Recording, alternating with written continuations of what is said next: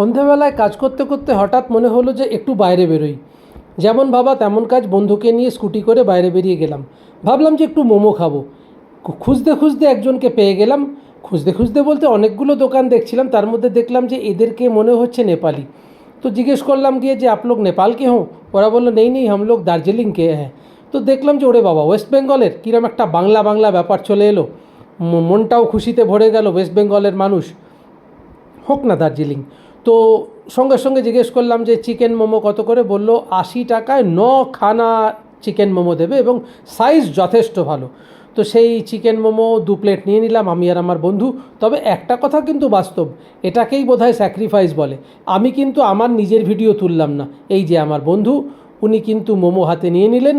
এবারে উনি বসার চিন্তা করছেন। আমি বললাম যে দেখ পাশে টুল রাখা আছে, ওখানে বস।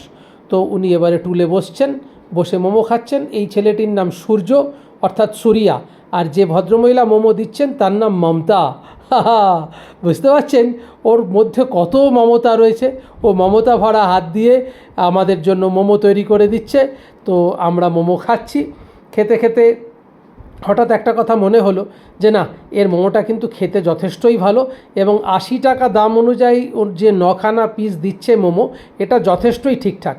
তো যাই হোক, আমরা মোমো খেয়ে নিচ্ছি। এবার মোমো খাওয়ার পরে মনে হয় না রাত্রিরে আর কিছু খেতে পারবো। তবু এখন ঘড়ির কাঁটায় খুব বেশি টাইম হয়নি, মাত্র রাত্রি 9:30 বাজে। তো দেখি বাড়ি গিয়ে যদি খিদে পায় চা খেতে হবে। ভালো থাকুন, সুস্থ থাকুন।